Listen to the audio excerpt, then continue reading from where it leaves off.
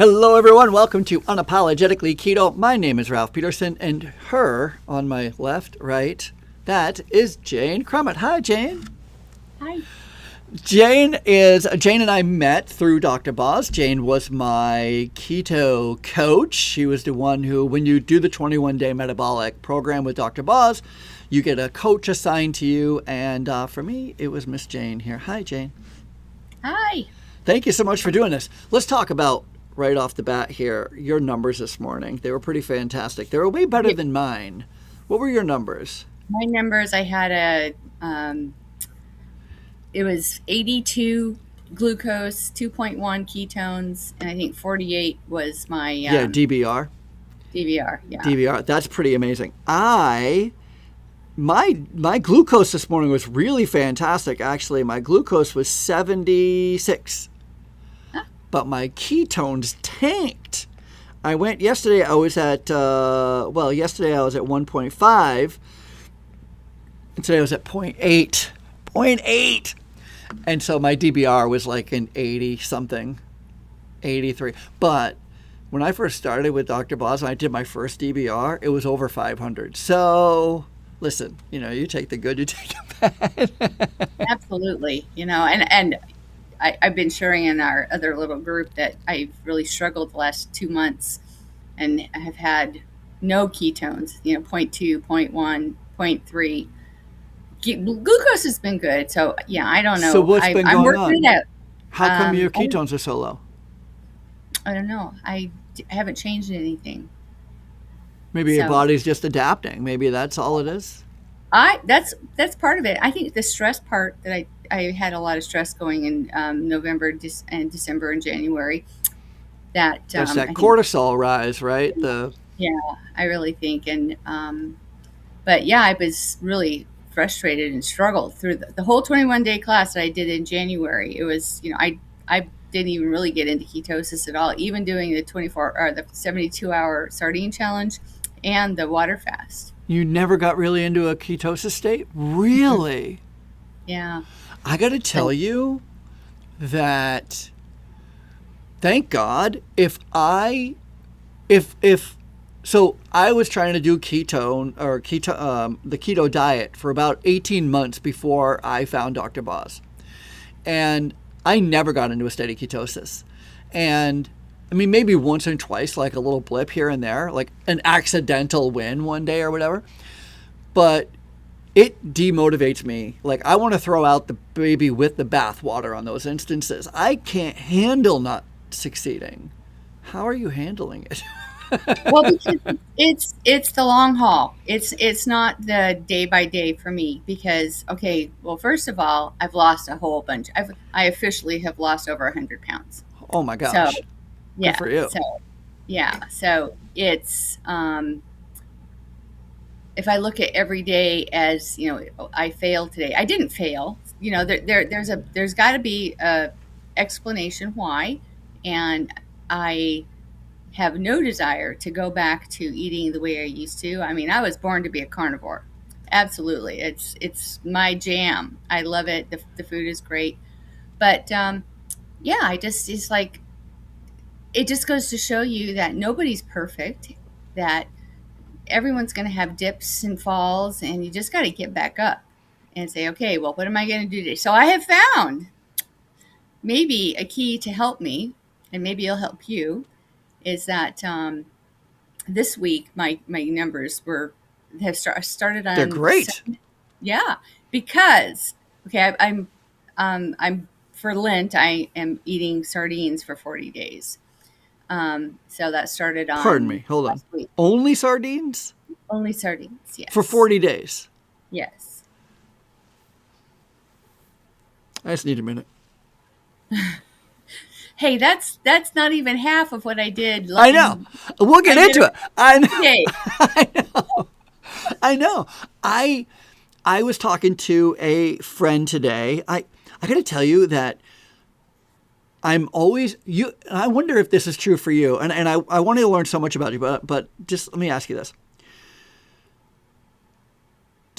When you were bigger, when you were heavier, did you ever have people come up? You must have had people come up to you and talk to you about your weight and, like, what are you doing? Or I know somebody who knows something, or, to give you free advice. Has that ever happened to you? The only person that ever said anything to me was my mother. My mother Okay. lived with me for 10 years. Okay. So I retired in 2006 from the military. So you had to, be within weight standards, Yeah. as a Marine.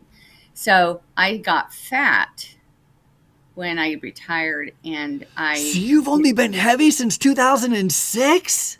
yeah. But I was skinny fat before that. Okay. So the reason I ask is because I've had a lot of people come up to me and give me unsolicited advice. Like, everybody wants to help me, lose weight, or point out that Jesus, you're a lot heavier than the last time, like that kind of, like, thank you, appreciate that. To the point where I hated it when anybody ever brought up my weight to me, ever. And now I'm in this situation where I want to bring it up to my friends. Well, well, my mother was never heavy ever in her life and so, I mean, but she was on every diet in the world, and whatever diet she was on, she put all of us kids on. So, that, You're talking like Slim Fast, Deal a oh, Meal, yeah, Weight Watchers, Herbalife. Herbalife, the Amway Oh, diet yeah, of stuff. course. And Yeah. so, we had to eat whatever she ate. And so that's where my disordered thinking about body image started, is with her. And then I used food as my mom worked, my dad worked. So we were home alone when we were kids. And, I was very scared all the time. So I would go and eat to comfort myself. So when I was, yeah, I graduated from high school, I was about 190 pounds. So I had How put weight tall are on. you? Is that heavy? I'm I mean, five, how tall are you? I'm 5'7". Okay, so you're not short. You're pretty tall. No. Okay. So, then I, went on to college for a couple years, and I lost weight, joined the military, and I was between 140 and 160 for the 20 years I was in the military. Okay. But so my mom comes to live with me, and my sister and I live together. And I start gaining weight, and I think it's just it was a coping mechanism to having lost a career. My identity was lost, and had to develop this new identity. And one day, this is probably a couple years before she died in 2018. She tells me, she goes, "You're so fat, I can't even look at you." Boy, that's what I said to myself so many times. I know. I know. I both can relate with her and you. Yeah. But so she was never. She had no filters at that point, and she was old, Wow. and and so but that was not enough to get me to change. So Why do you think she was always dieting? I don't. That's the If she mystery. That's the wasn't, mystery in her. She was never. She was a slim, beautiful woman her whole life. was she just really just health conscious, or was she weight conscious? I don't know. She Yeah. would never. I asked her that, and she could never give me an answer. So I don't know. It's a mystery, gone with her to the grave. But I uh, I've always been weight conscious until now. Now that I'm understanding, the mitochondria and all that, yeah. I'm more health conscious now than I am weight conscious. But I understand, like, I've always really been weight conscious, not health conscious. Well, I was skinny fat, so I may not have Okay. looked exteriorly fat, but my behavior and the psychology and going on, the voice in my head. I mean, I was being in the military, you have body fat standards, and they measure you every 6 months, and they weigh you, and You have to do you get put in PFT the Chub tests. Club. Yeah, they call it the Chub Club in the Navy if you were overweight. And so I was bulimic. In the I Marine got Corps, we addicted. call them disgusting fat bodies. They just call us the Chub Club. So I was never in the chub club, but there was a couple of times I was kind of worried, in my, but I used I was bulimic for a number of years. I got addicted to laxatives. Um, I I had a little bout with the chocolate laxatives too. And and they I'm had not me at laughing. It's chocolate. funny. I think, and that's when I told you before that that secrets just create rot inside you. So I think that a lot of, in my experience with my students, with Dr. Boz's class, that there's a lot of people that have secrets about how they coped, and so yeah, I that's the way I stayed slim sometimes, is by not by throwing up and eating, and you know Yeah, I never did. I never got into throwing up. I was always envious of people who could throw up, though, because it seemed yeah, like such a. It seems like such a. And I'm, get me in trouble saying such a thing, but when you're 350 pounds, which is what I was, and I mean, I could not control my eating. I would eat so much, I would make myself sick. Like I couldn't move. And then as soon as a little bit of food started to digest, I'd start wanting more food again. Even though like I could only get in like the size of a pea, but I want that pea size food. You know what I mean? Like the replace. yeah. So challenging. And but I've always been a terrible thrower upper, if that's a thing, where my whole face would turn like Yeah, well, blotchy, it and does. Yeah, you would notice that I threw up like 3 days later, and so I wouldn't, you know what I mean. So I never wanted to throw up, only because of the way that it made me look after it. But I always was like, man, wouldn't that be great if you could just eat whatever you want, then throw up for 5 minutes, and then eat whatever you want, then throw up for 5 minutes. well, that pathology is, I'm a psych major, and part of that eating disorder is about control. Mine wasn't about trying to control other people by my behavior. Mine was more about, um, I don't want to be fat. I want people to like me because I'm thin. That's what it was Mm, about for me. And mm. so, every day I'd wake up and tell myself, okay, today I'm not going to do it. Today I'm not going to do it. Today, and today always ended in a failure. And so when I went through drug and alcohol training in the military, that was the beginning of my journey in understanding my why I think the way I think. And even though I got really fat, I mean, I weighed myself in July of 2020. I don't know if I had weighed more, but I was 240 pounds. So I probably weighed maybe 250.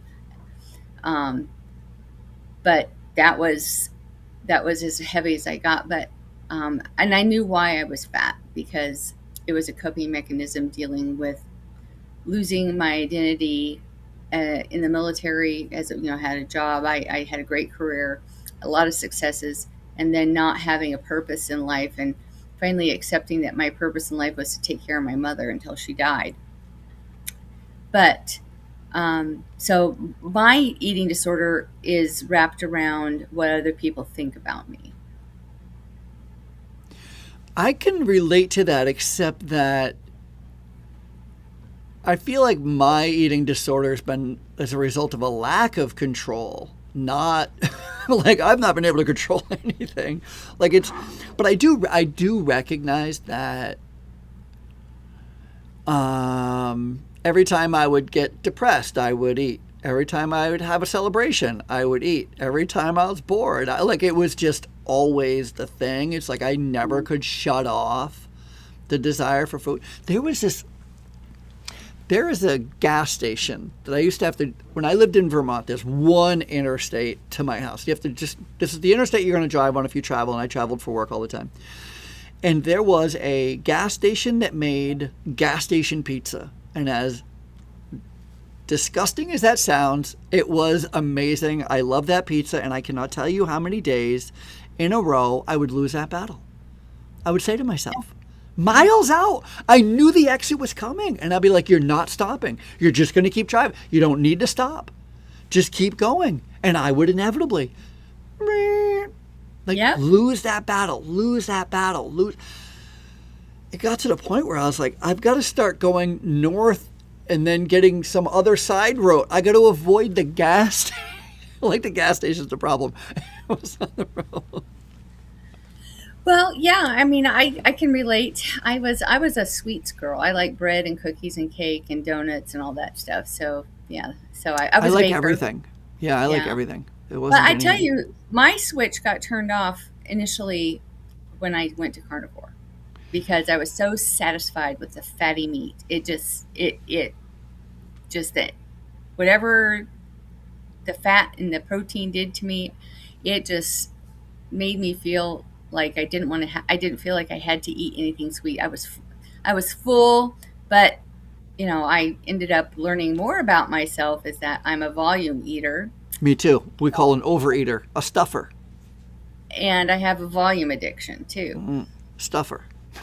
Yes. And so I lost from July of 2020 to December, I lost 65 pounds Wow. just eating the meat, as they Wow. say.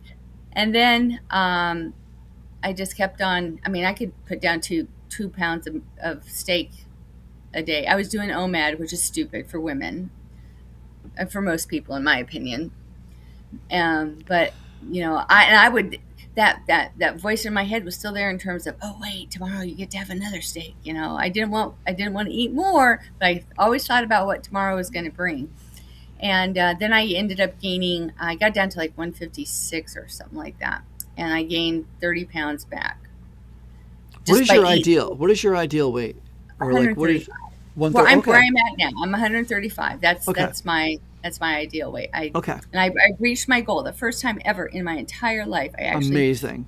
adult life, I Amazing. should say. Yeah. I reached that goal, and in the back of my head, the little voice is saying, "You're gonna fail. You're gonna fail. You're gonna gain that weight back. You're gonna gain that weight back." It's you know why, right? Because it's first of all, it's probably history. Yeah, it's history for sure. Yes. And it is so easy. It is so Yeah. that's the thing like this is I have this diet so far has been the easiest diet for me ever. And I know what's easy to do is also easy not to do. Yeah. But can I Well, for pause you real me, quick? Can sure, I just pause you really quick? sure. You said that you were a drug and alcohol Counselor. Yes. counselor in the military. Yes. I went to, so I've had to attend a lot of things like that. And one of the things that I did a smoking cessation class when I was in the military.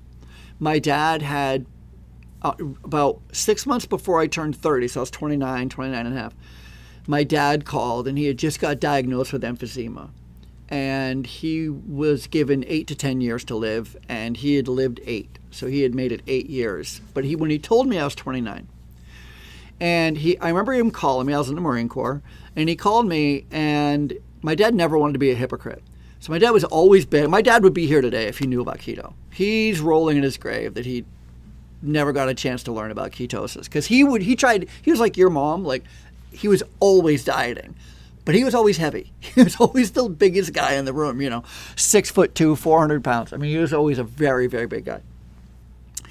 But he never wanted to be. So he always was, he'd read everything about dieting and vegetable, you name it, So he called me when he got diagnosed with emphysema, and he said, like, I grew up smoking. My dad smoked, everybody in my family smoked. And so I remember my dad called me and he said that he had just got diagnosed with emphysema and that, 8 to 10 years left to live. And I was like, I can't believe it. And he goes, well, I want you to take what I'm going to tell you seriously. And I'm like, okay. He goes, you got to quit smoking. And I'm like, okay. He's like, I'm serious. Like, and he's never said that because he never wanted to be a hypocrite, right? Like he smokes. He didn't want to say, you know what I mean? Because, what a snotty kid says to their parent when their parent says, don't eat that, well, you're eating it. Like, that's what it been, But I took it to heart and I started researching, and it turns out that the military, the Navy, offered a smoking cessation class. Yeah, that was me. That's So part of it. I decide I'm going to quit smoking with this smoking cessation class. And I'm committed. I quit on my 30th birthday, April 19th. Actually, I started a publishing company called 419 Press because April 19th is so important to me.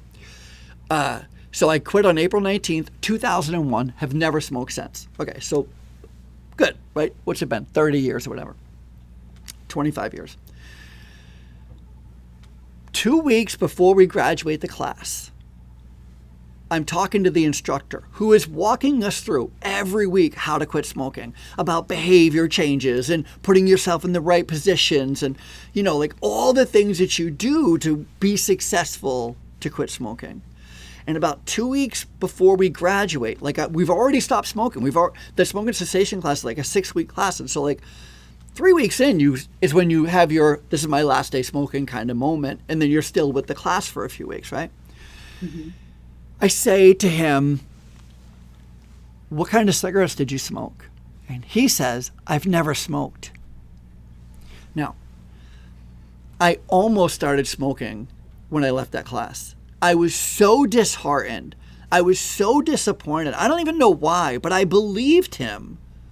I believed everything he said was going to make me successful until I found out he'd never actually been a smoker. And I no longer believed him. And I started to doubt myself. Because even though I hadn't been smoking for 3 weeks at the time, which was the longest I'd gone in 15 years, I all of a sudden was like, this guy doesn't know what the hell he's talking about. Does that make sense? Well, I encountered that a lot in as dealing with patients that had drug and alcohol problems. So I was a closet smoker while I was doing this. Oh. I had secrets. I went on a deployment, 6-month deployment to Westpac deployment, and I didn't smoke for 6 months because I had a plan. I knew when I would get back, I would be able to smoke again. So yeah, I mean, you talk about I was messed up, but yeah, I think that. So do you think that? Well, that's not the question. The thing is I handled it by telling people, you don't know what it's like to use a drug. You don't know what it's like to drink. And it's like, well, maybe I don't know what it's like with your drug of choice, but I have my own holic behavior. And when it comes down to it, it's all based, the root of alcoholism, drug addiction, smoking, nicotine addiction, all comes to your relationship with yourself and how you were brought up and, what happened. There's usually some kind of trauma, so I don't necessarily think you have to be a smoker to be do a smoking cessation, but I bet you that guy had his own issues. I think he chewed tobacco. Well, I that's think the same thing. It's the same. It's the same thing if you're not a smoker. Well, because it's but a when hand you're to a mouth smoker, thing, yeah. I get it. It's the nuanced things, I'm getting off a track here, but when my biggest concern when I was considering stopping smoking, was there's a little tick in the back of your throat that is only quenched with a cigarette. Yeah. And so it was one of my first questions. I was like, because if that never goes away, I'm not quitting. Because it was that bad of a, you know what I mean? There's a physical, I don't even know how to explain it, but there's a physical, it almost makes you want to cough, which is stupid to go cigarette, make it so you don't cough. I know it sounds dumb, but it's just is. I get it, yeah. And so I needed, I don't know why, but let me say this. I was a disgusting fat body, even in boot camp.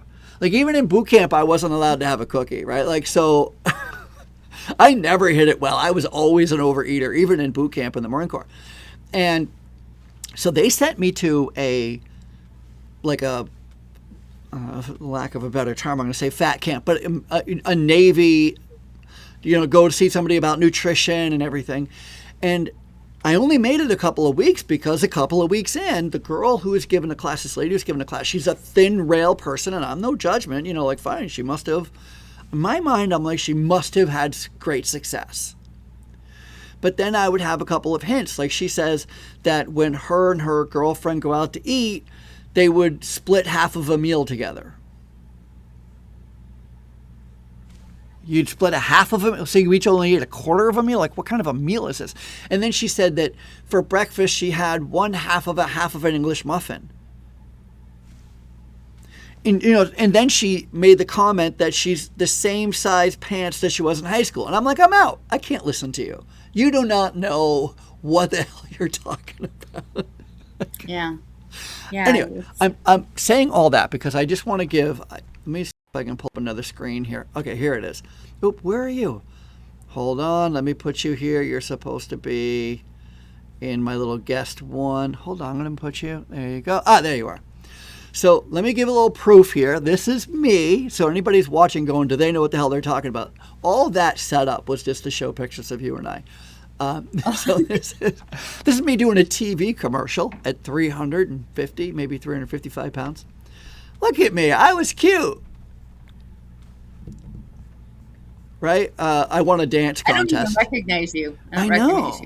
I know. That's this is me and my love. That was my first wife. Me and Jack Daniels. And then look, this is me running. Wow. At 300 whatever pounds. Yeah, that was my first marathon. I ran a relay. So I ran the 6 mile part of the marathon. And this here is my friend Jane. How long ago was this?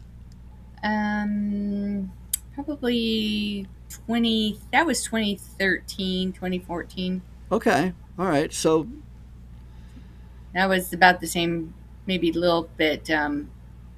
This was in 20. It was all between 2012 and 2015. 20. I would say. Oh, okay. 2015. Yeah. You said you started carnivore around 2020, right? Yes. How the hell did you find it in 2020? How am I new to this? Like, well, my sister and I, we both got really heavy, and we just decided that we had to do something. And so, go ahead. How long ago was this picture on the right? The fat picture, or Yeah. that was 2016. And then the other one? That was in 2020. Wow. So you're already doing great by 2020. I lost 65 pounds in Oh, this is 6 where months. oh.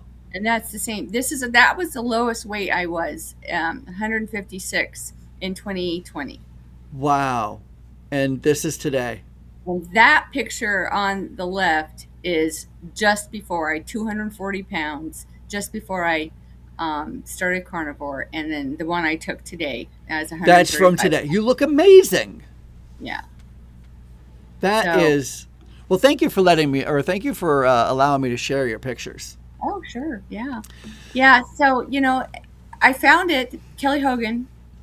Dr. Kelly Kim Hogan. Berry. Yeah. My zero carb life. Love her. Yeah.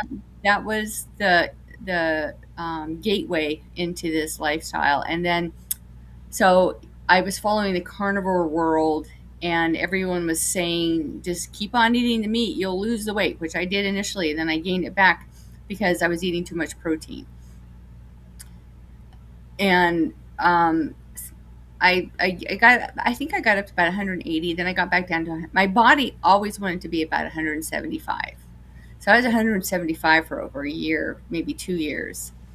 And then I was also working. I had, my mom died in 2018, and I got a job as a security first responder security officer in 2020, and just before COVID hit. So I was really heavy doing this, and so I ended up walking a lot, and so I had more purpose in my life. I was doing something that I liked, and I decided I wanted to do something about my physical body because it hurt. I mean, we would walk, between 6 and 10 miles a shift, and I only worked on the weekends, so it wasn't like every day. And so your job was walking. Yeah, because we had to do patrols of. It was a very large, swanky senior living community here in the area. I've always thought about joining the post office so I could just walk for 8 hours a You day. know, well, no, it was, and then we did 12-hour shifts. So, I mean, it was a lot. Wow. And I mean, the place is huge now. They've opened up some more buildings, but yeah, I walked a lot. And then when I stumbled across Dr. Boz, and actually a friend of mine, she says, "Hey, you need to watch Dr. Boz. You listen to her story." So I bought her book, the audio book, any which way you, Any way you can? yeah, any way you can. And I listened to it. And then I did her consistently keto book. And then I bought her course, the one that was, the consistently keto course. And then she was having her first 21-day metabolic kick in 2022, and I signed up for that. And that just made all the difference. I was in Kelly Hogan's group. I did a couple, three of her groups. I've always wondered about her groups because she's always talking about it, but she seems more women focused. Well, she's got guys in there too. Oh, And does she? she's really refined it now. She's got some helpers, because when I was in the first group I was in with her, too many people. It was just too. You can't have a successful support group, in my opinion, if you have 50 people in it. I mean, It's hard to hear from everybody. it's hard. Yeah. But she's really refined it, and she's done a lot of work. And I out of all the carnivore people in the carnosphere, I respect her the most, because she's done the work. She's done all the research. So, but Dr. Boz, the science behind Dr. Boz's keto continuum, that's what really sold me on why it worked for me, is because I finally understood what was going on in my body. Why I was hungry all the time. Why did I overeat? Why wasn't I losing weight? Why wasn't I in ketosis? And Were you checking ketones when you were carnivore? mhm. You were. Okay. Yeah, we had great ketones. Oh man. You did. Oh yeah, at the first 6 months. But I Yeah. tell you, then after that, and you'll hear, you can go just check any carnivore and Instagram or wherever, that they say that I was like 95 for morning glucose and point 0.5, point 0.3, point 0.6, never above 1 when I was eating once a day and eating a large volume of food. So You, then, go ahead. no, you go ahead. No, I said, so um, I had gained like 20 pounds. I got down to about 160, and I gained 20 pounds. And this was in 2024, before I did the big sardine thing. And I had plantar fasciitis before, and I had cortisone shots, and I had already been down that road, and I did not want to do that again. And the only thing they could do that would offer me is surgery on my foot, and it was my right heel that was really bothering me. And I got to the point where I was going to have to quit my job because I couldn't walk. And so I decided that I knew that inflammation was the problem, and obviously I was inflamed. I could do my shin thumbprint, and I had a dent. And so that's when I said, well, you know what, Dr. Boz, I did 30 days, like the year prior, I did really well on it. So I said, I'm just going to go to sardines. And so I did sardines for 120 days. Where did you Where did you even find out about sardines? Like, I For never her. heard of sardines until I ran into Dr. Boz. Yeah, that's where I found it. I Okay. had never I had never touched a sardine until that class I was in, her first 21-day class. And that was what year? 24? 22. 22. Okay. Yeah. 22. Oh, okay. And So why did you do 30 days initially? What was the catalyst behind that? I just wanted to see if I could do it, Okay. just to see, and And how how many it went. cans would you eat on an average a day? That time I ate maybe two, but when I Yeah. did the 120 days, I was trying to eat. I tried to maintain 4 cans a day. Sometimes it'd be 3, sometimes it'd be 2, but Were most you days it adding was 4. anything with it? Any fat, butter, I added MCT oil? 2 tablespoons of MCT oil per can, and Okay. I added those true lemon crystals, dry freeze dried, lemon. It's like they freeze dry lemon juice and then it turns it into a crystal. And I would just add that in. Oh, interesting. It's a nice little Yeah, tarty yeah. And so that's what I did alternative. for 120 days. And 120 days of just sardines. And what was the Mhm. result of that? Like, how much weight did you lose? I lost about 25 pounds, 30 pounds, something I like don't that. know if that's enough for me to do But 120. no, but see, that wasn't the point. I That was know, the I point, know, I Ralph. know, I The know. point was my pain. So, Did about, your plantar fasciitis go away?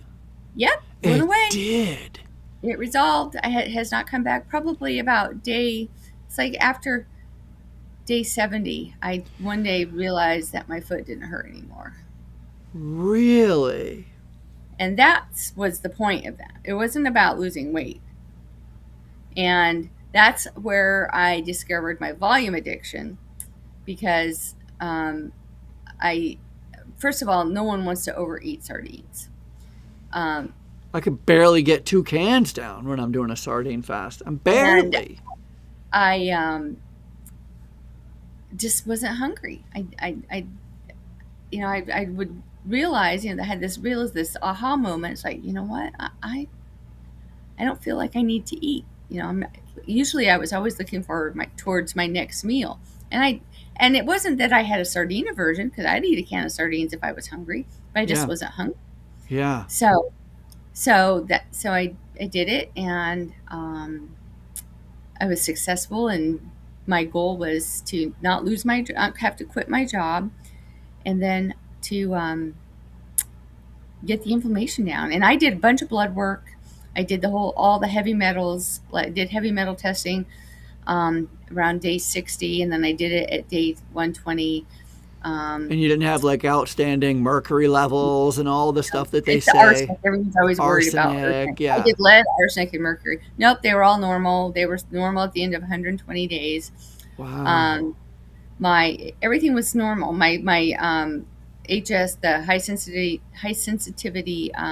C, what is it? C reactive protein was like point.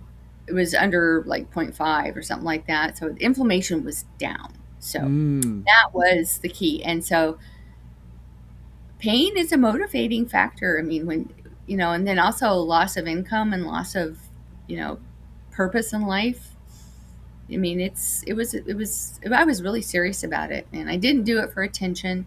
I didn't do it because I was trying to be a novel idea, and um, it.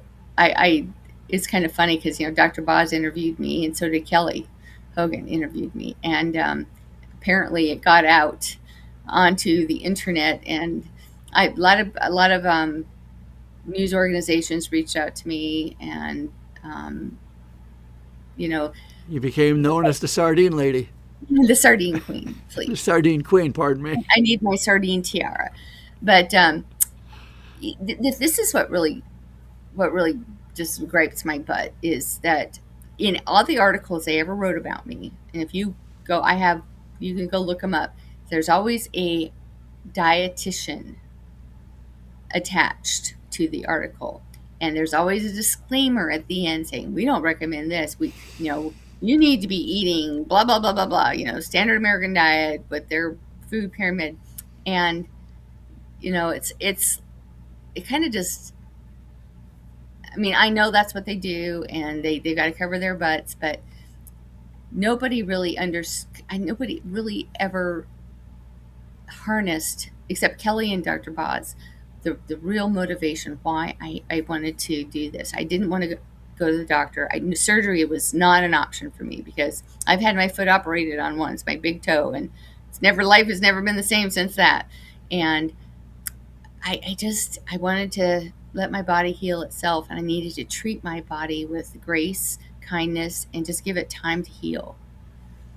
Because I deserve that. My body deserves. I have Yeah, used of my body for course. so many years, and what I've learned is that I can really, really heal myself. Now, granted, if I have, get in a car accident or whatever, and I had knee surgery, had to have my knee operated. I jacked up my knee, so I had to have surgery so I could walk again. Um, but you know, my body deserves kindness instead of all the mental thrashing I've given myself over the years. Saying I'm not good enough. And that I am good enough, and I deserve to be healthy What's and to. interesting is, as you were, just kind of going through your story and everything, I thought that you were kind of saying that you came to keto, carnivore happily on a health journey, and It like, was yeah, absolutely. yeah. Um, but then I'm also hearing a little bit, because I didn't. I I I I don't even know how to say it unless just say it plainly. I hated myself into it. Like, I was miserable, and I was willing to do anything to stop living the life I was living in the body I was living in. Like, I mean, I can't even tell you the things that, I mean, what it's like to be heavy and to be judged and to judge yourself. And I mean, I've been kicked off of an airplane. I've sat in an office chair and it broke while I was in a meeting. I've had people, be snarky behind my back, but me hear it. You know what I mean? Like it, and I just hated myself. Like, everybody hated me, and me too. Like, you know what I mean? Like, I almost wanted to go, like, you overhear somebody hating on you and you'd go like, no, I get it. Like, I'd be defending the haters. Like, I get it. I mean, I see me too, So I didn't come to this. I've never approached dieting and weight loss like I deserve anything. Well, you know what I mean? Like, I just desperately wanted out. I just desperately wanted out. And so I wasn't hearing, you know what I mean? Like, I'm hearing that a little bit from you, and I'm just wondering if you can at least relate a little bit. Oh, well, see, I think we have the same. I just approach it a little bit differently, and maybe it's because you're a guy and I'm a woman. I don't know, I've because never thought I've got to give myself grace well, or that I no, deserve kindness. but see, that's not where I was. Yeah. This is the journey I'm talking about. It didn't come to that understanding, like, oh, on July 24th, 2020, I'm going to give myself grace. I'm going to lose weight. Good, That good, good. never Yeah, me neither. that was not it. It was through. It's like, peeling layers off of an onion as you go through this. I mean, I'm sure you experienced that, these aha moments you have learning about yourself as you know and it's just like when I was doing the sardine thing, these things just, when I understood volume addiction and why I just wanted to eat all the time, and it made a lot of sense to me, and that it was all I the only thing I could control in my life is, what you see here is me. And that in my experience as a substance abuse counselor, nobody, in general, this is a general statement, everyone always can give negative self-talk. Negative self-talk is the easiest thing someone can do, because whatever circumstance in your life that came to you, and came to me, because I think the way my mom, her dieting, we were never skinny enough, pretty enough, whatever, I could always come up with negative excuses. And as a counselor, so maybe I was a liar when I was a counselor, saying, well, what about, remember Stuart Smiley on Saturday Night Live? I like me. And people would always feel so stupid, saying, oh, I'm not going to put a sticker on my mirror and say I'm beautiful, I'm kind, I deserve good things. That's stupid. But they can say I'm ugly, I'm fat, I don't deserve to be loved. It, just rolls off their tongue. So, in that moment when I finally realized the grace that I needed to give myself, that training I had really clicked in. Yeah. Is that it is true. It is, I don't want to have that just constant running in my head, the negative self-talk that Yeah. I do deserve to feel healthy and to be healthy, and I'm the only one that can fix it. No one else can. Yeah, I love that. I love that for you, and I love it for me too, because that's where I'm at now. But Hmm. when I was struggling, with alcohol, when I was struggling with being overweight, I mean, I wanted out. I wanted out in any possible way. I wanted out. And what's funny is people who know me the best, the people who are closest to me, they've always labeled me as somebody who has an addictive personality. You just have addictive, like that would be their excuse for me. Like, why can't I give up whatever? It's because you have an addictive personality. And wouldn't you know it? That is still the what they're saying to me now, because Yeah. Yeah, I get that for it's a sure. cult. You're an addictive personality. Like you're in a cult. I'm like, I can't even do well for myself without being judged or labeled. Oh, But Ralph, I think that as you journey along, I think you're going to figure out that you'll get to that point where it's like, does it matter? I don't care what anyone says. It just doesn't matter. And now I'm gonna. You wait. I'm gonna go see some family members, and they're gonna tell me I'm too skinny. And okay, it doesn't matter because you know what? I'm healthy. I'm active. I have a really good life, even though I've had stress. But it's nothing that can't get better, and it has gotten better. But that's just and it's my outlook on it now is like, I just trust the process, and I trust God, and I trust Dr. Boz because she really has impacted me so much, and she's the one I will follow because yeah, this, me too. Me too. it's I have a recipe for you though, if Oh you ever yeah. want to try for sardines. I just Oh, discovered it. I think I use pickle juice now instead of lemon. I like pickle And juice. I use the sardines in water, and I save the water, and I put it in a bowl. I put um, a teaspoon of deli mustard and about 2 tablespoons of pickle juice, 2 tablespoons of MCT oil, and the water from the sardines, and I mix it all up so it's all emulsified. And then I add the sardines to that, and it just tastes like a tuna salad. You know what? It actually sounds pretty good because I like pickles in tuna salad. So that's where I was totally with you. Yeah, I was like, I like yeah. cutting up pickles in a And tuna the other salad. thing, So, the other reason why I think my ketones have come back up is because I switched to C8 MCT, the medium chain what were you triglyceride, using before? C10? C8 and C10. Oh, I just saw that you just posted that you stopped doing Oh, the C10. yeah. I thought the C12 was what's bad, not the Mm-mm. C10. C8 is more it's more readily absorbed by the liver into the portal vein than C10 is, and then C12 is it goes through the digestive system. But oh yeah, and I, I had diagnosed fatty liver. 6 months it was gone. one of the things I know that one day I'm going to be able to have a conversation with Dr. Boss again, and I can't wait to tell her this small thing that seems probably small, but is so big to me.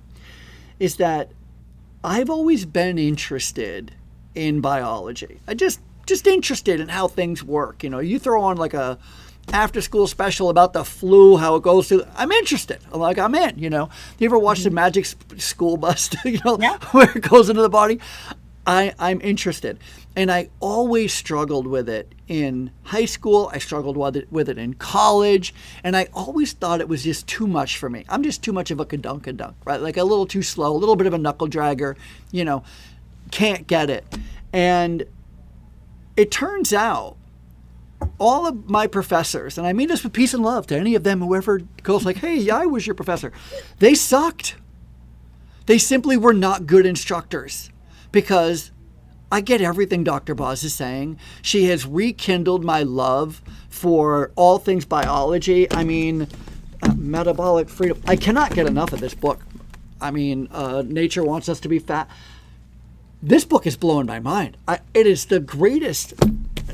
It starts with food. I mean, keto clarity, dropping acid. I mean, the fasting guide. I am obsessed, and the best part is, maybe it's just my own belief, right? Like I no longer am holding on to that belief that I can't understand this stuff.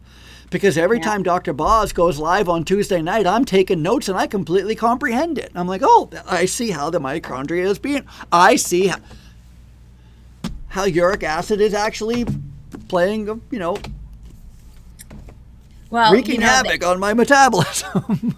You remember when you had to write your why in the class? So my why is now her live, not this past week, the one 2 weeks ago. She really hit the nail on the head for me. It's all about mitochondria. That's my why now is, so stressing your metabolism, you spin the mitochondria, and you clean out the garbage. And so that's why I fast. And I started today. I think it's probably your 23rd fast too. Yeah, you said 23rd or 24th, right? 23rd for me. I haven't skipped a week since the end of that class. So 23 weeks of 72-hour fasting. I did one sardine fast with the class this last time, but it's been 72 hours, and I'm not going to stop. I'm still taking it a week at a time because, lofty goals are easily, sunk. Mm-hmm. So just a week at a time. But it's all about mitochondrial health. I think I've read so many diet books. I think there was a diet book called Eating for Your Blood Type. You ever heard of that? Eating right for your blood type. It's kind of like if you're A positive, then these foods interact with you, or. And I remember, I think it was that book where they made a statement in the beginning, which I thought I understood and never really did. And it said that eating is simply feeding cells. And again, you hear that and you kind of like, okay, that makes sense on some abstract level. But I thought it was this week, but you're right, it probably was last week, where Dr. Boz really solidified that, saying it's all about your mitochondria. It's all about whether your mitochondria is able to make ATP or not. It's either a fuel efficient or it isn't. You've got a good engine or you've got a crappy engine. And the good news is these engines can be replaced like that, and you're in charge of replacing them. Yep. That's my why now. Yeah, that's great. That's great. That's where I am too. I am no longer doing this for weight loss. Yeah, me neither. I'm doing this for health. I sauna 6 days a week. Yeah, I just bought a new sauna. Love it. I'm probably in it 6 days. I'm probably in it 7 days a week. But I'm at the end of the class, and I have done it every day. Well, me too. About every day too. So let me tell you where I'm at. There's a couple things I want to talk to you about that you've brought up. I'm curious to hear more about. One is about OMAD, and the other is about the fasting. So let me start with the fasting because that's the most recent thing for us right now. You and I met in the beginning of September through Dr. Boz. I could not have been more grateful to have you by my side, I should tell you. Thank you very much. You were amazing then. You're still amazing today, so I appreciate all your support. And then we started in Dr. Boz's class. We do the first sardine challenge, the 72-hour sardine fast, and then the following week we do a water fast. And you and I, and a few of us actually in our little consortium, we have maintained that schedule of fasting 72 hours every single week ever since that first September fast. Is that fair to say, you and me? Right? Yeah. Okay. And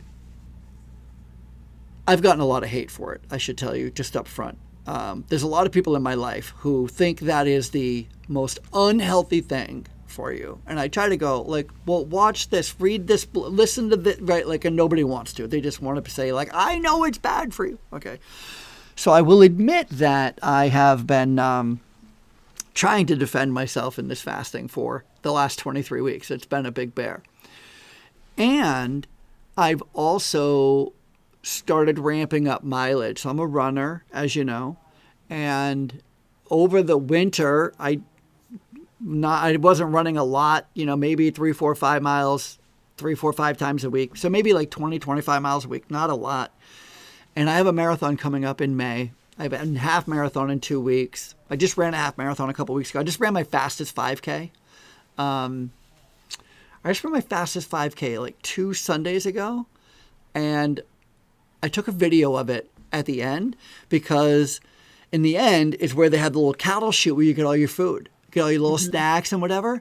And I took a video of all the snacks, and I can't believe I would have taken one of everything: a bagel, a cupcake, a banana, and peanut butter, chips and granola, like hot chocolate. Like there wasn't a single thing on there that I would even dream of having today. But it wasn't long ago I would have had one of each. You know what I mean? I would have burned 500 calories on the run and then eaten 15,000 calories as a reward for running, right? Anyway, so I'm getting to the point now where I'm up 35, 40 miles a week. By the time May comes around, when my marathon's coming up, I'll be running 50, 55 miles a week. And so I have been really trying to figure out what is that going to look like, because this is the first time I'm coming into my athletic running marathon kind of season being on keto. I ran a marathon in keto last year, towards the end of last year in Vegas. I did really well. I wasn't hungry the entire race, so that's great. But I also didn't have a lot of energy.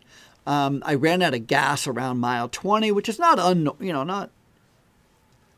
too terrible. I mean, I've run 94 marathons. I mean, I've run out of gas a lot at mile 20. I've run out of gas at mile 16 before. So your body ebbs and flows. But I'm the lightest I've ever been. I'm the lightest I've been since probably high school. I'm 185. When I started Dr. Boz's class, I was 267.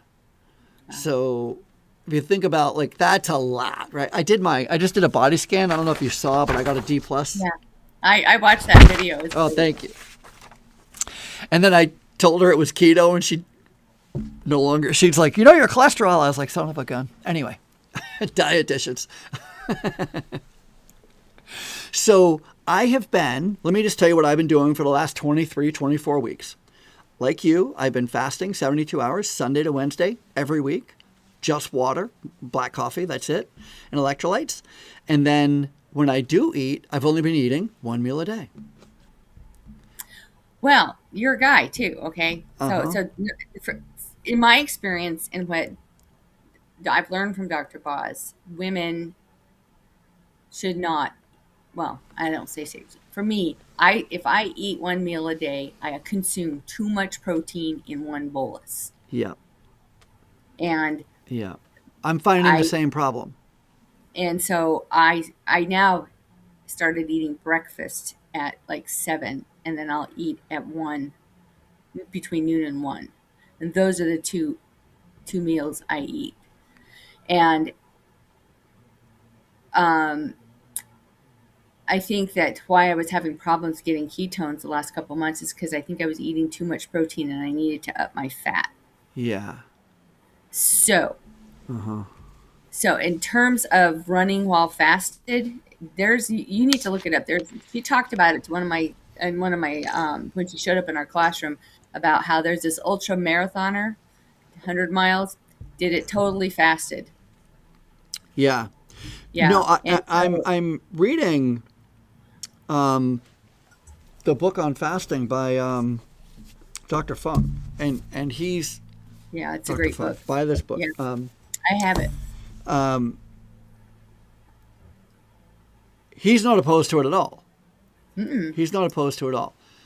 Did you have enough?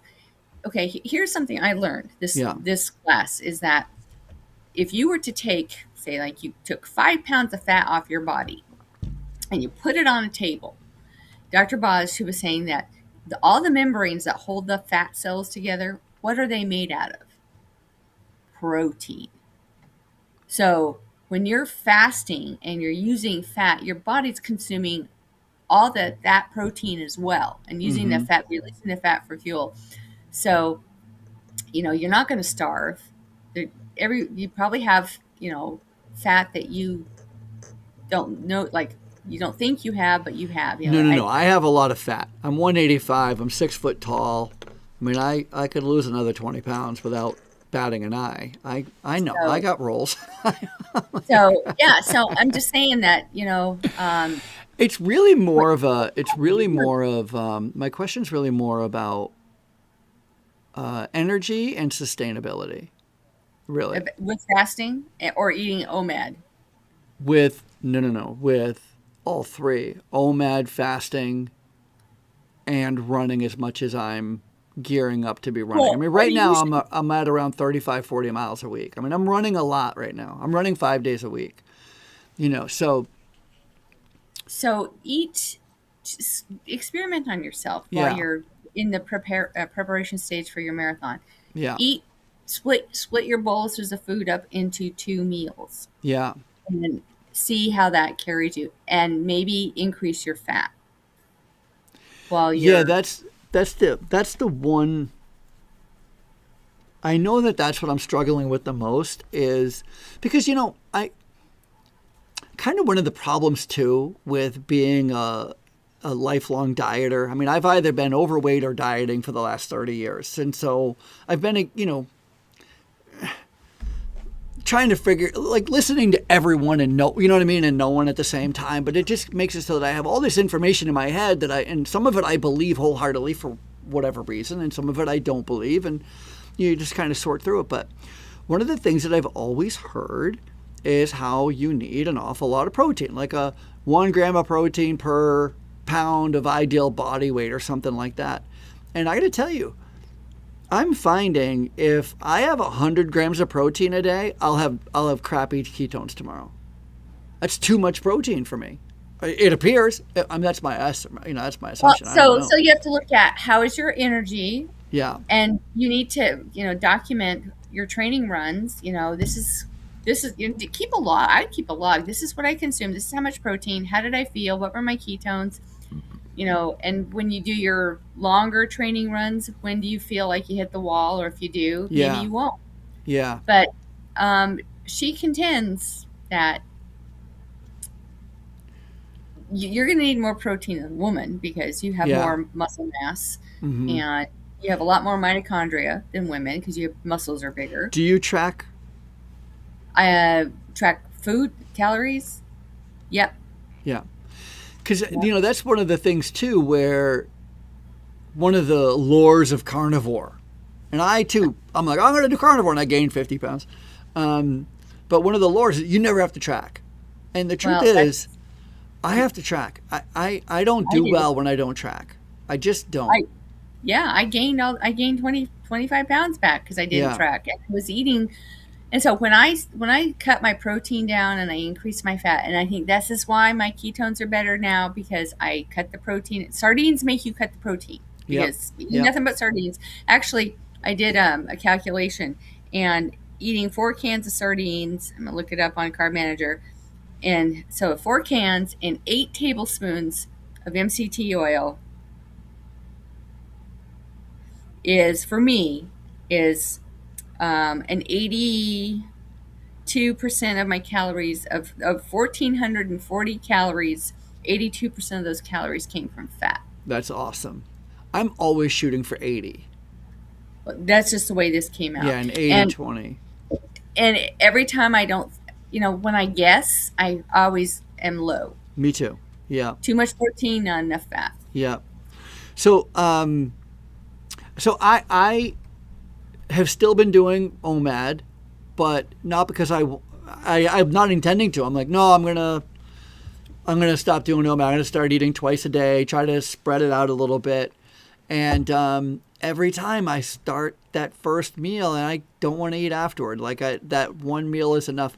But I do not eat early. I eat late. Well, there's another problem. It's not a problem I'm willing to change though, because I'm married, and And I yeah, want to well, and I want to stay married. Well, that I mean, those are compromises that you get to make. Yeah. So that's I why I. can't. If I don't eat dinner, like when I'm fasting, I don't eat 3 days. 3 days. I Mhm. mean, it's hell on earth. It's not fun. It's not. It's not enjoyable for anybody. So no. So the only meal I eat is dinner. The only meal I eat is dinner. Well, you know what Dr. Boss thinks about that. I know exactly what she said, but there's nothing I can do about it. There's nothing I'm Okay, willing to do so about it. yet you might you might Yeah. that might change, but when I just this week as I started eating, I would eat at like 10 and 2. Now I'm doing 7, and today I ate at 1, but I try to make it by noon. Yeah. And I didn't want to eat my second meal today because I was just wasn't hungry, but I ate it. Um, and each meal has 720 calories in it. I Oh mean, yeah. it's not Okay. Yeah. so. So you're So trying to go around 1,500 calories a day. mhm, yeah, For a and while, I've been struggling to get more than 1,300. so that would be the way to get those calories is to increase the fat. Yeah, it's got to be the fat. Yeah. Can we talk Why about not? GLP-1 before we get out of here? Sure. Yeah, GLP-1, my favorite thing in the whole world. Are you on a GLP-1? I am. Okay. And when did you start taking it? Can I ask? Um, well, I started last With Dr. March. Boz? Or no? Yeah. Oh, March. Oh yeah, with Dr. Boz. Oh, okay. And you're Yeah. doing the microdosing, and Yeah. her you have to be in ketosis to be in her Yep. program. That stuff. Yep. So I had a blip in health, which turned out to be a nothing, and so I stopped it for a while. What was the And blip? Can I ask? then, What do you mean? What was the symptom? well, I had all right, some bloody stools, Oh, okay. and I went to the ER, and they gave me 2 liters of. They said I had sigmoiditis, which is your descending colon was inflamed. Um, and they gave me 2 liters of fluid. They just opened. I was dehydrated. 2 liters of fluid with no regulating, no drip, drip, drip. It was just 2 liters of fluid in me. I got home, and the next morning I woke up and I couldn't breathe very well, and I had a cough, and I just was like, yeah, maybe I'm getting sick, whatever. And then the next day I woke up and none of my clothes fit me, and everything was swollen. Mm. And so the next day I was like, well, my sister goes, you better go get a chest x-ray to see what's going on. And every time I bent over, I felt like my head was going to explode. So I go to my doctor. She does a chest x-ray, and she does 2 blood tests for your cardiac enzymes, the troponin and this BNP. And they were extremely elevated. So she sent me to the emergency room. They said I was in congestive heart failure. And they did all these tests, and it came. I should preface this that the day that I started having the blood in my stool was it's outside. It was a hot day, and I was lopping off trees, working really hard, and and I was squeezing like this and trying to get I'd get my loppers underneath my arm and I'd pull down because of the trunk. So Yeah, I yeah. You were I working hate hard. Yeah. I damaged my something. That's Uh what huh. causes. So anyway, it was fluid overload caused by those IVs. So they gave me an echo. They said that my ejection fraction was 40 to 45%. And so they sent me to a cardiologist, and they sent me to a gastroenteritis enterology doctor.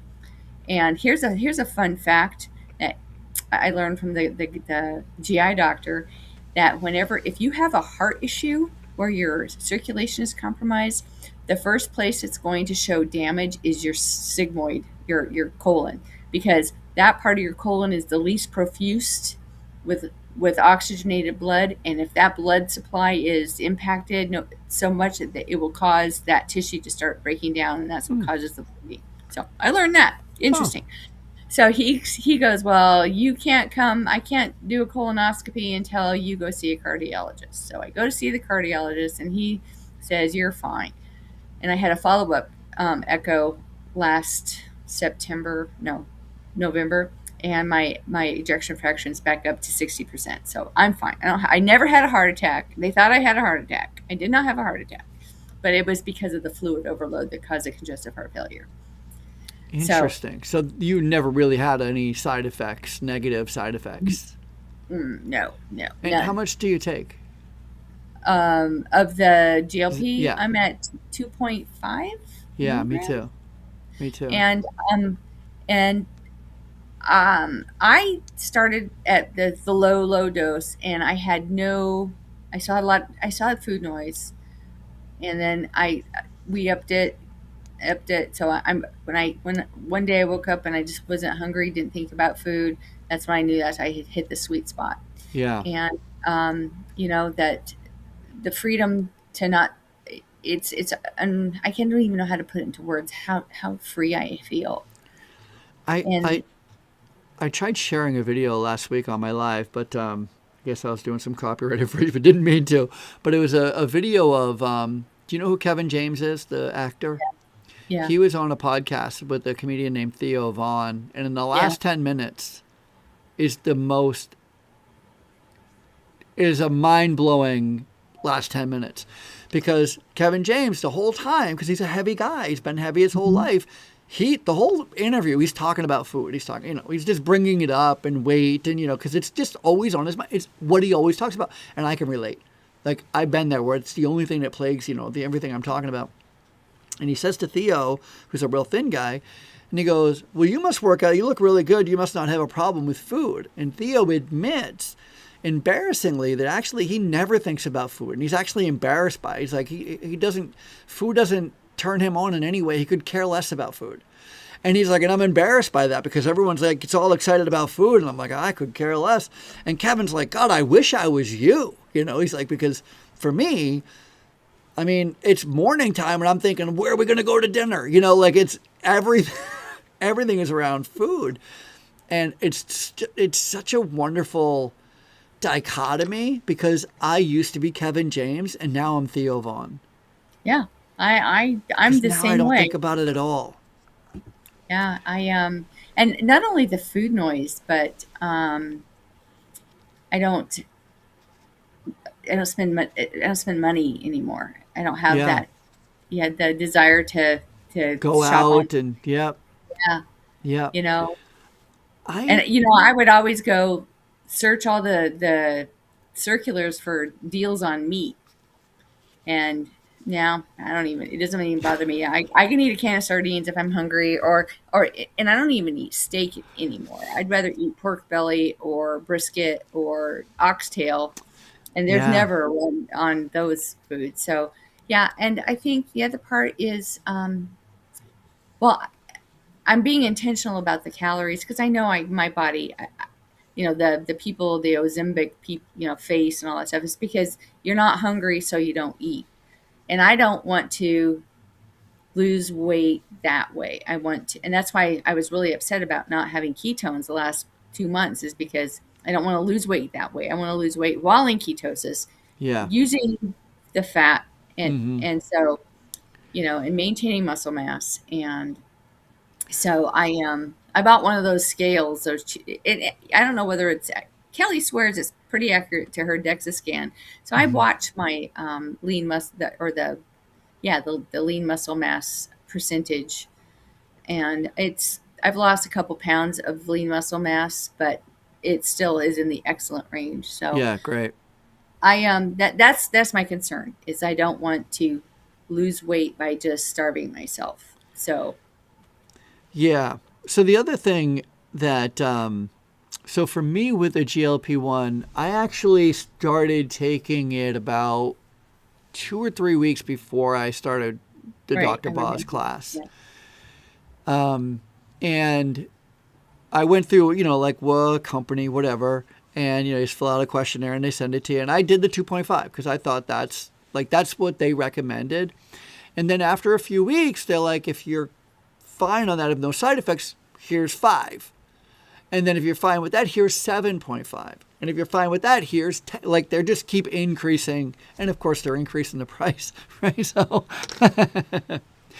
but I got to, let me say this, as a runner, and I've always been a very heavy runner. I've never run a marathon at 185 pounds. I'm excited about May, to be honest. I mean, I'm really, I have a running coach and everything, and he's like, "You're going to run the fastest marathon, we've ever had." So, I mean, I'm really looking forward to it. But one of my, when you're a heavy person, I speak for myself. I know that I'm unhealthy, so I look for little signs that I'm healthy in one way or another. Like, if my fingernails are still growing, I know that sounds silly, but I find that as a win. I'm like, all right, so proof that the body's still working, right?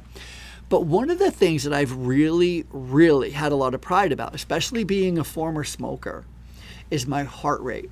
My resting heart rate is around 46, 48. That's good. Yeah. Because I run so much, right? So I kind of live and die by that. What's my heart rate?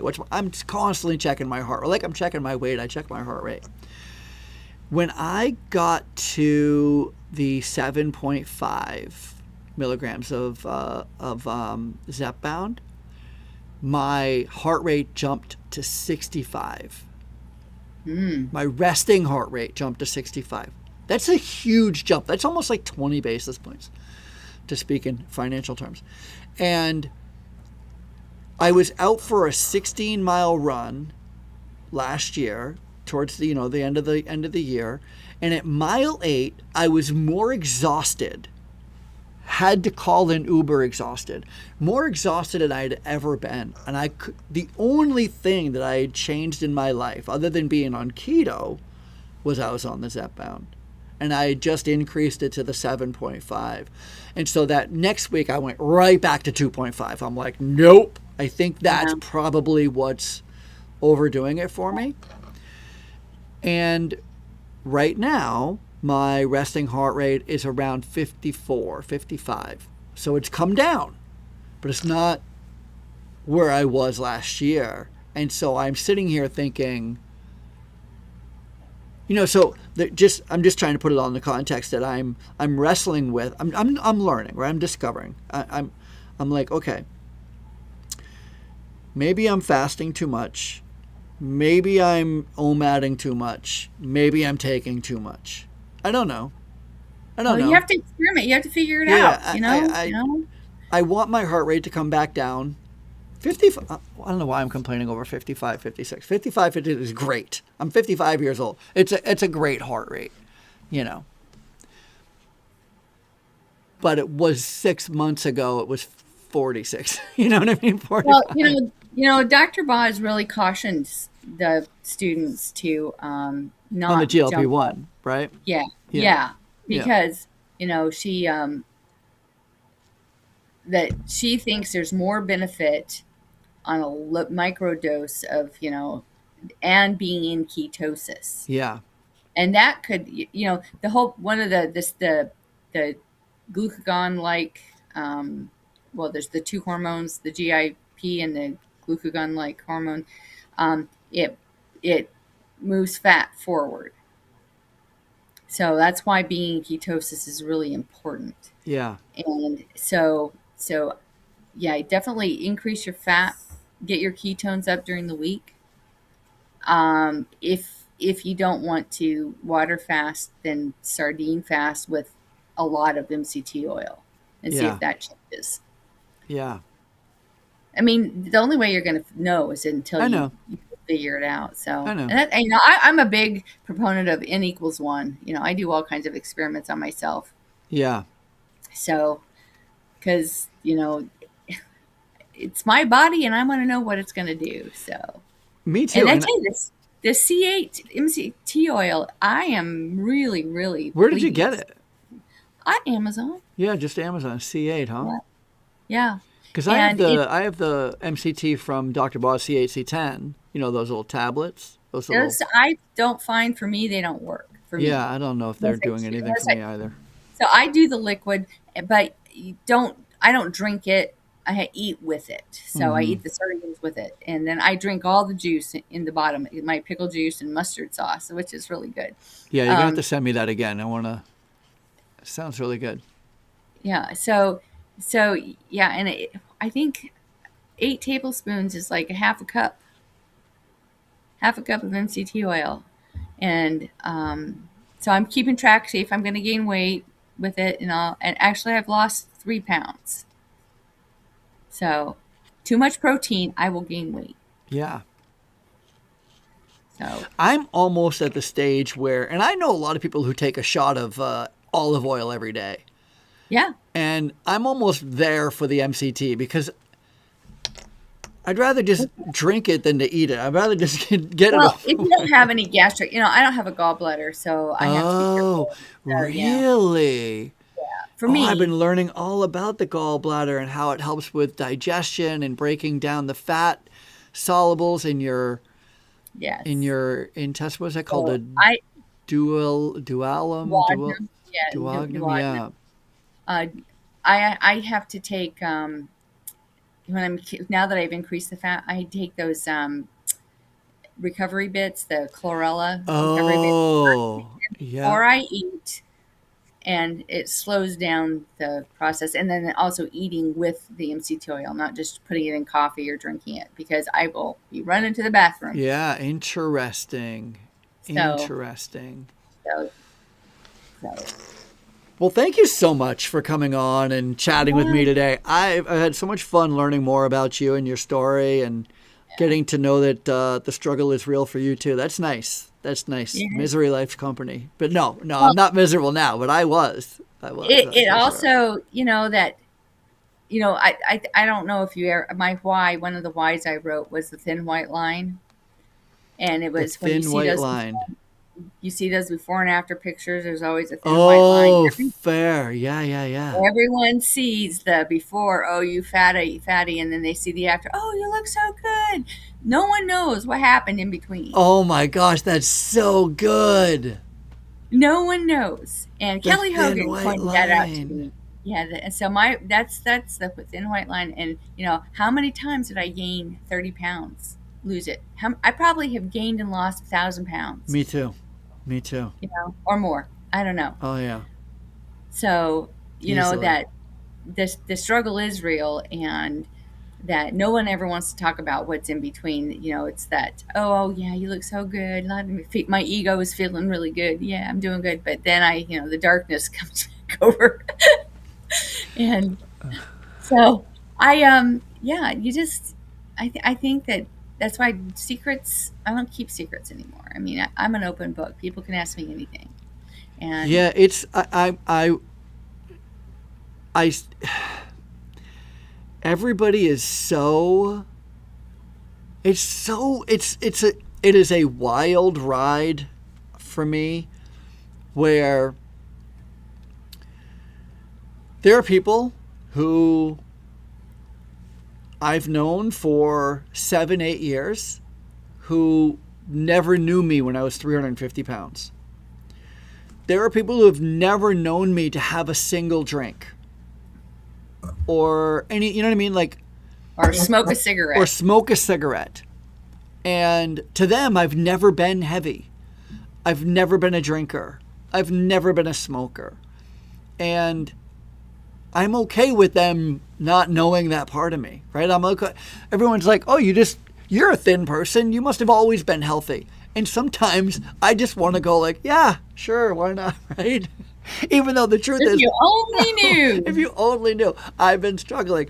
And so when people see me now, again, I've lost, I don't know, 70, 80 pounds since September. I Everybody lost goes, 30 pounds since September. everybody goes, oh, it's got to be the shot.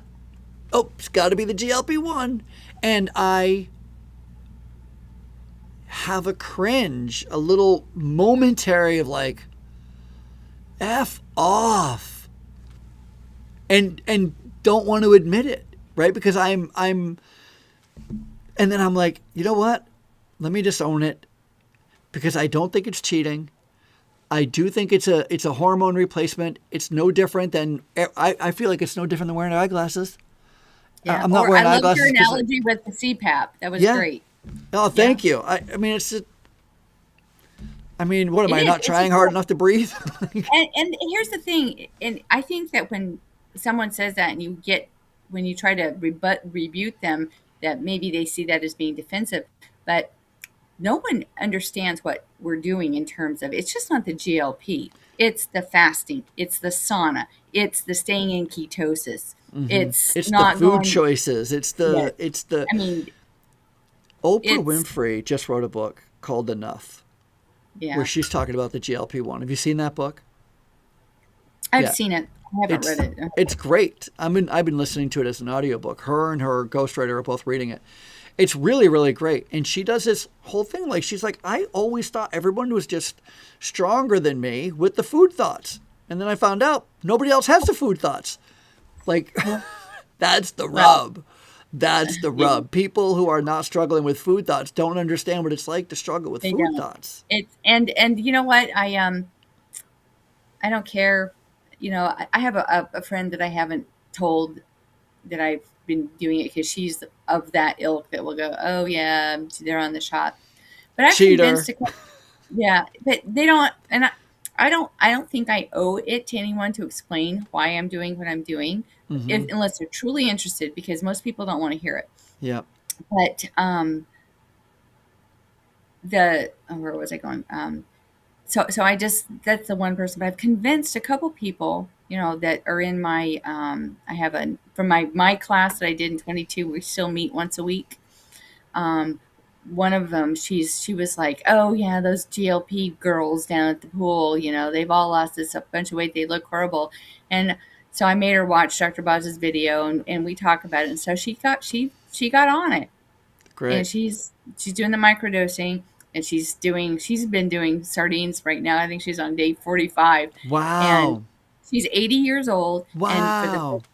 for the first time in her life, she goes, Jane, I didn't understand what you meant by food noise, but now I understand what you mean by food noise because I'm not thinking about food. I didn't Oh, understand. so great. Yeah, and so it's not for everyone. Good, that's fine. And for Mm-hmm. the time being, it's for me. And I have enough. I got 15 milligrams per, from Lilly, Eli Lilly. Yeah. I Yeah. didn't say that word. You maybe have to edit that out. Um, but I'll have enough to last me to the end of the year. Yeah. So, Yeah. so the amount of money I paid versus how long it's going to last me, because it's not like I'm not doing 15 milligrams Yeah. a week. Yeah. I'm doing, and I might drop it back some just to experiment to see. Me too. I wonder if I start taping back a little bit if I'll get some of that resting heart rate back. Well, just know that if you use an insulin syringe I do. that goes up to 30 Yeah. on it, Yeah. that each unit is 0.3 milligrams. Yeah. So so and Dr. Boz, if you watched her live about the guy who had the big shin thumbprint and he was Mm-hmm. on 15 I milligrams, and watched everything of Dr. Boz. yeah, I never missed but Dr. Boz. he quit. He got no results at 15 milligrams, but once he started her program, cut it back down to 0.625 milligrams, everything started happening for him.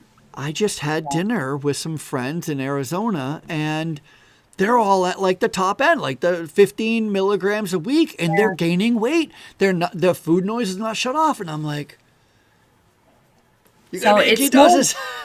yeah, exactly, and that's the topic that nobody wants to talk about. And I praise her for.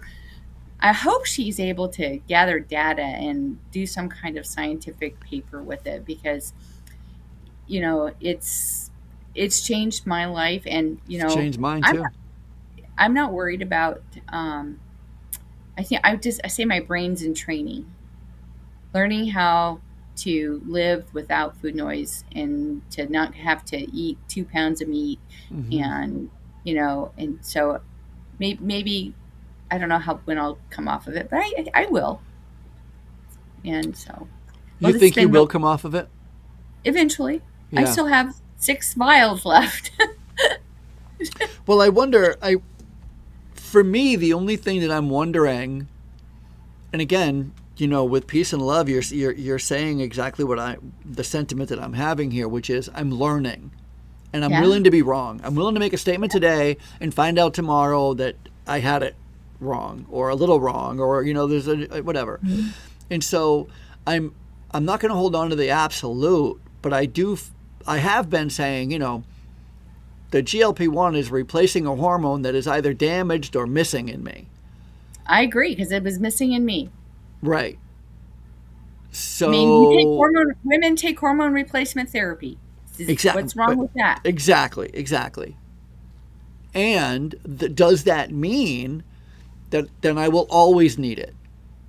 Well, I think, And I don't know the answer. I don't know the answer. Potentially the answer, I'm not saying this is the answer, Yeah. is that as your body heals and your that's fair. as your hormones regulate, Yeah, that's fair. that, you know, and I'm 5.5 years in this game. Is my body healed? No.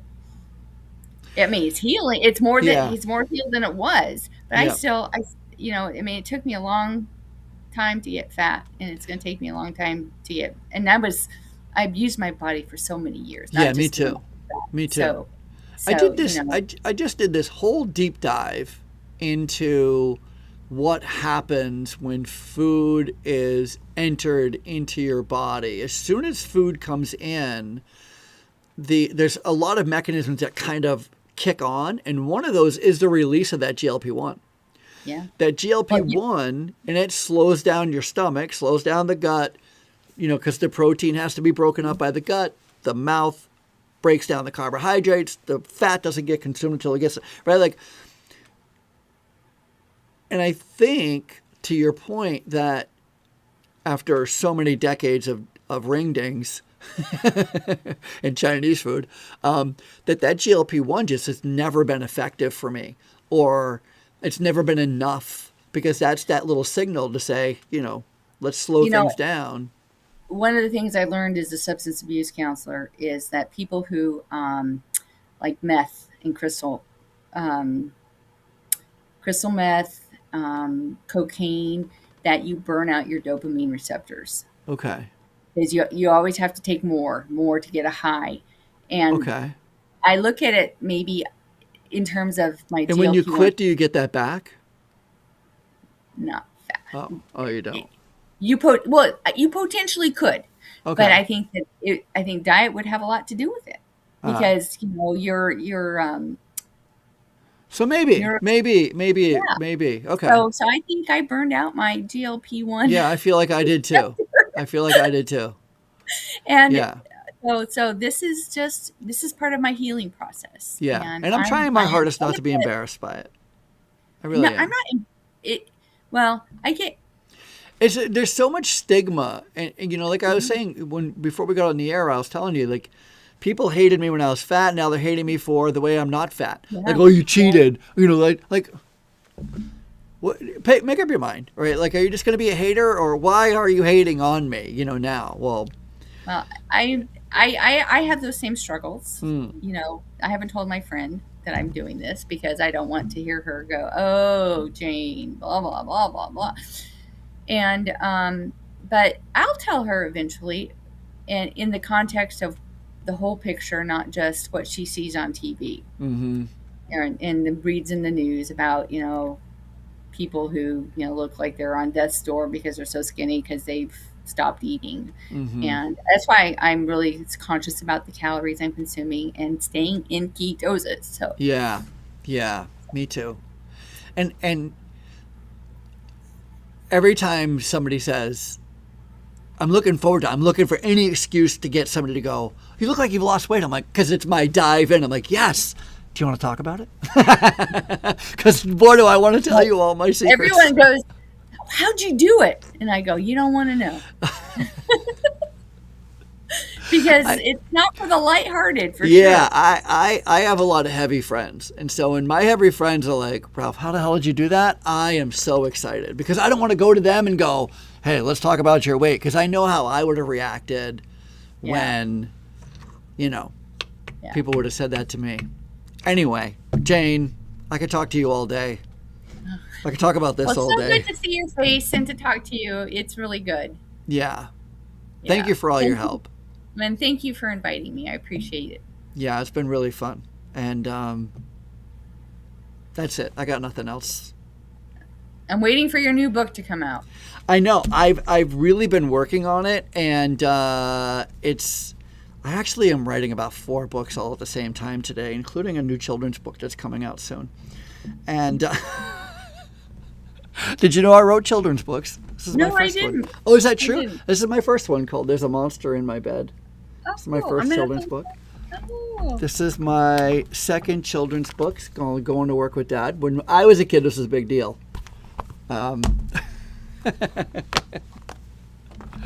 Anyway, I have a book called I gotta get going. So. 2:30. It's about going to the dentist. Go to the dentist. That's the tip. Thank you Yep. so much, Jane, for coming on. That's it. See you guys later. Unapologetically Keto. Tune it out.